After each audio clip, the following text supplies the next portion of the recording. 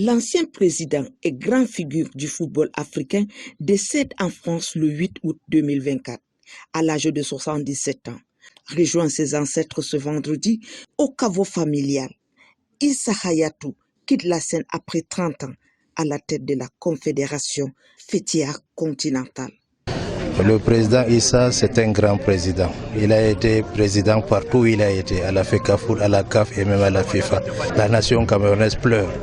Aujourd'hui, on est ici pour lui rendre un très grand hommage qu'il mérite amplement. Les hommages officiels se font ici en présence du président de la FIFA, de la CAF, des membres du gouvernement et de la notabilité locale. De son vivant, il s'occupait de tout le monde. Donc sa disparition nous laisse dans un désespoir total. Mais nous allons nous ressaisir. À l'arrivée de la dépouille à Garoua, des hommages sont faits à l'esplanade de l'aéroport international de Garoua en présence de certains membres du gouvernement. Pour nous, on ne peut même pas, c'est une perte inestimable parce que déjà pour la région du Nord, c'est vraiment quelque chose qui nous est quitté entre les mains, je peux dire. Et là encore, on dit au niveau africain, au niveau mondial, c'est vraiment une grosse perte. Nous sommes vraiment très attristés par rapport à cette perte.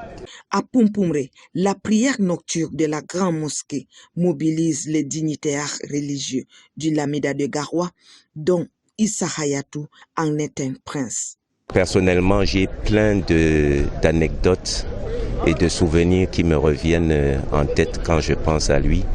On avait des souvenirs communs et c'est une grande tristesse aujourd'hui. Je pense que c'est une grande perte pour la ville de Garoua, pour le Cameroun, pour l'Afrique et pour tout le monde du football car son œuvre était grande. Dernière demeure de ce grand dirigeant sportif, le cimetière familial du quartier Laindé où l'inhumation est faite dans l'intimité.